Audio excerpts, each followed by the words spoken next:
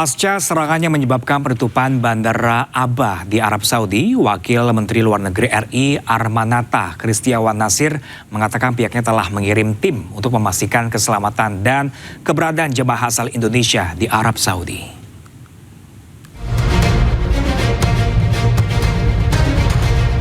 Untuk memastikan keselamatan dan keberadaan jemaah umroh asal Indonesia, Wakil Menteri Luar Negeri Armanata Kristiawan Nasir mengatakan bahwa saat ini pihaknya telah mengirim tim.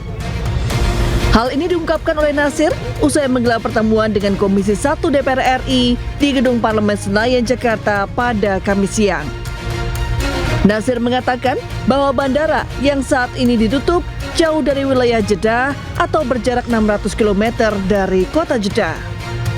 Meski begitu, pemerintah saat ini tengah mengirim tim untuk memastikan kelompok WNI maupun jemaah umroh di sekitar Bandara Aba. Jadi WNI yang sedang umroh itu, bandara yang ditutup itu sebenarnya bukan bandara di Jeddah. Jadi itu bandara sekitar 600 km dari Jeddah. KJRI telah menugaskan satu orang untuk ke bandara itu untuk melihat apakah ada WNI atau kelompok WNI yang terdampak di situ. Ia juga memastikan meskipun eskalasi konflik di Timur Tengah kembali memanas, hingga saat ini pihak Kementerian Luar Negeri belum menerima laporan jemaah Indonesia yang terdampak. Dilaporkan sebelumnya, Bandara Aba di Arab Saudi meledak akibat terkena serangan yang diklaim oleh kelompok Houthi pada Senin lalu. Dari Jakarta, Dia Setiawan, Oki Mahendra, iNews melaporkan. Pasukan Zionis Israel semakin memperluas kekuasaan di Gaza, Palestina. Kondisi ini makin menyulitkan dan mengancam warga Gaza yang tersisa.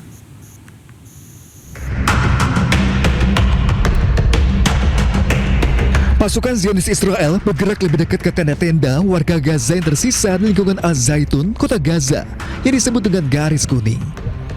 Rekaman menunjukkan penghalang beton berwarna kuning diletakkan di antara puing-puing yang menandakan Zionis Israel membawa aktivitas militer lebih dekat dan membuat kehidupan semakin sulit bagi keluarga-keluarga pengungsi.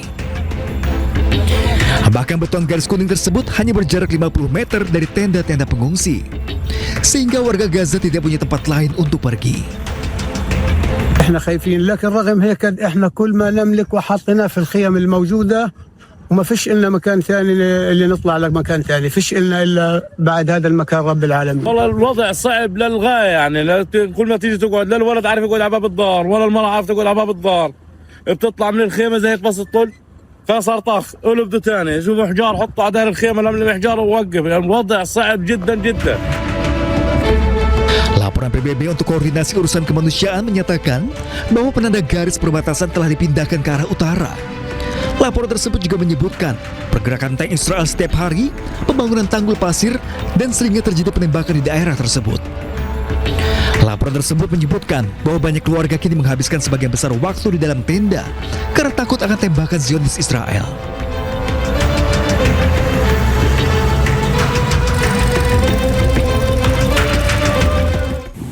Israel masih terus meneror warga Palestina di tepi barat. Permukim Israel membakar kendaraan warga Palestina. Sementara di Khan Younis, Gaza Selatan, serangan udara Israel menghantam kendaraan warga yang tengah melaju menewaskan seorang warga.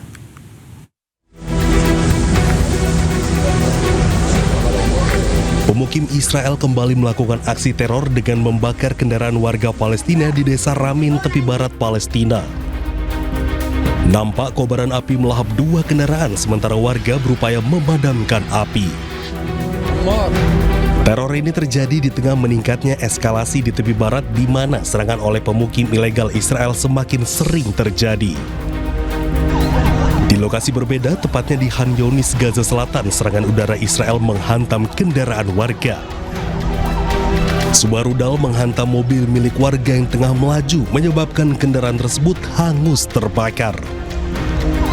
Warga di sekitar lokasi langsung berupaya memadamkan api. Menurut media Palestina, dalam serangan ini 1 orang tewas, sementara 5 orang lainnya terluka. Sementara itu pemirsa, Menteri Pertahanan Israel Katz melihat langsung kondisi terkini di Gaza. Katz mengaku puas melihat kota Gaza hancur. כשאתה רואה ככה את עזה הרוסה, מה אתה מרגיש? מה אני מרגיש? כן. מרגיש טוב. זה הכל פרי מדיניות מכוונת. Pernyataan ini disampaikan oleh Menteri Pertahanan Israel Katz saat melihat kehancuran di kota Gaza. Saat di lokasi, Katz berkeliling mengecek langsung rumah-rumah warga yang hancur di kota Gaza. Israel sendiri tekankan tidak akan mundur dari Gaza dan akan menguasai Gaza Utara. שלושה גרעיני נחל, שזה גם ישות צבאית, באותם מקומות שהיו בצפון רצועת עזה, לשפר את האחיזה וההגנה על היישובים, זה גם כן דבר שהוא מתבקש בדרך נכונה, בעיתוי הנכון, תוך כדי טירוף. Serangan Israel ke Gaza sejak tahun 2023 membuat kerusakan total di sana. Hingga kini korban tewas di Gaza sudah menembus 73.000 orang. Meski Hamas telah menyerah, namun Israel terus menyerang Gaza. Tentara penjajah Israel menangkap 2 pejuang Palestina yang akan menghalau pasukan Israel di daerah Ramallah, tepi barat Palestina.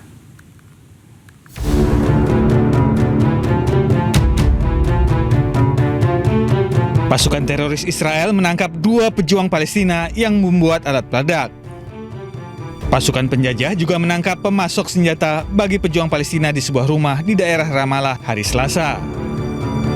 Zionis IDF mengatakan kedua pejuang memproduksi alat peledak yang digunakan untuk mengusir pasukan penjajah Israel dari tanah Palestina. Pasukan genosida juga menyita sejumlah besar senjata selama penggerebekan. Menurut pemerintah apartheid Israel, ketiga tahanan tersebut dibawa untuk diperiksa lebih lanjut. Ya, pemirsa, penderitaan hidup anak-anak di Gaza semakin bertambah dengan penyakit kulit yang dideritanya. Mereka bahkan tak dapat tidur dan bermain akibat luka di sekujur tubuhnya.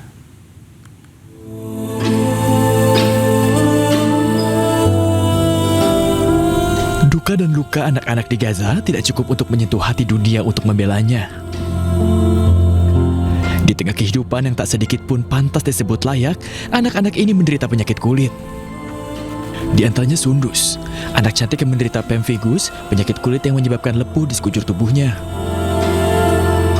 Di malam hari, Sundus tidak dapat tidur karena merasa gatal dan menangis. Ia bahkan tak dapat bermain dengan teman sebayanya karena tak tahan merasakan lukanya terkena pakaian. Selain Sundus, Iman, anak berusia 2 tahun juga menderita cacar air. Iman tertular penyakit ini untuk ketiga kalinya, sementara kedua saudaranya juga tertular penyakit kulit lainnya akibat kondisi di tenda pengungsian. Suhu tinggi, kekurangan gizi, dan kekebalan tubuh yang melemah membuat anak-anak ini cepat tertular. Mirisnya, di tengah penyakit ini pertolongan medis sulit didapatkan. Orang tua anak-anak ini hanya dapat mengolesi salep yang tidak membuat kondisi mereka lebih baik. Pada awal Juli, OCHA mengatakan hampir 9.300 kasus cacar air telah dilaporkan lebih dari 130 fasilitas kesehatan di Gaza.